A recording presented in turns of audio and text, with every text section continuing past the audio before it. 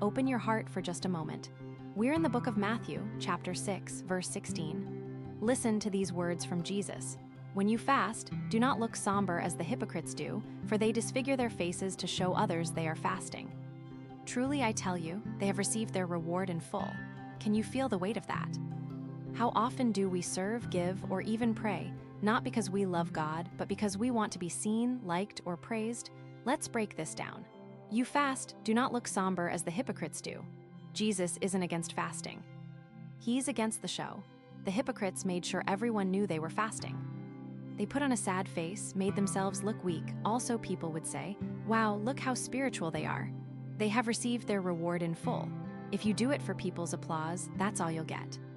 But God sees your heart. He wants your devotion, not your performance.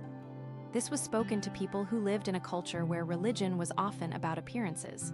The Pharisees loved to be seen as holy, but Jesus said, "I want your heart, not your act." And today, we post our good deeds, we make sure people notice our sacrifices. But Jesus is whispering, "I see you. Do it for me." So here's the question. When you serve, when you pray, when you give, who are you doing it for? Let's pray. Father, we confess, too often we want the applause of people more than your approval. Forgive us, change our hearts. Teach us to live, to love, to serve in secret, knowing that you see us, you love us, and you are our reward. Meet us in our struggle, Lord. In Jesus' name, amen. Go now and let your life be a secret song of worship just for Him. Hey friend, God is good. Spread His word. Make sure to like and share. Subscribe today. God bless you.